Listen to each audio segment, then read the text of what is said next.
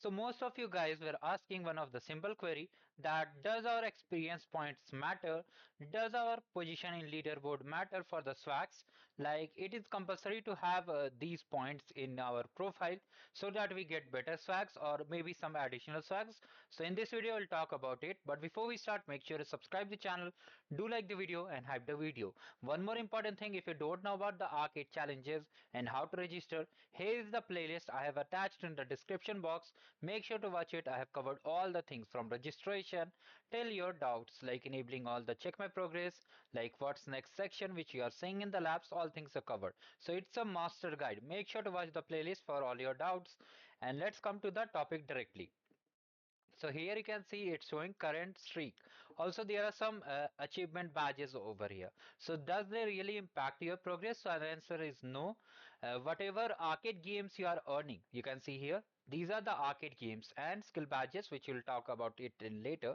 So even though if you are completing skill badge, you need to understand that if you are doing two skill badge, you are getting one arcade point. So here, whatever arcade game, whatever skill badges you are completing will only give you points and help you to reach to your towards your dream swag. Okay, towards your dream swag.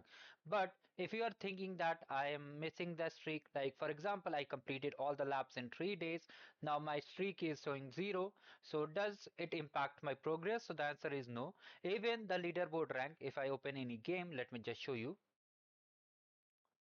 So here you see the leaderboard. Here your position in the leaderboard does not matter. Okay, your position in the leaderboard also does not matter.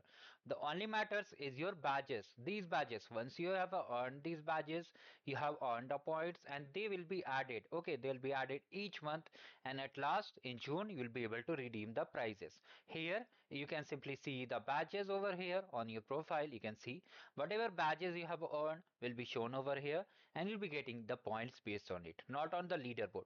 So do not worry about this leaderboard, these experience points. And one more point is there, let me show this league thing also.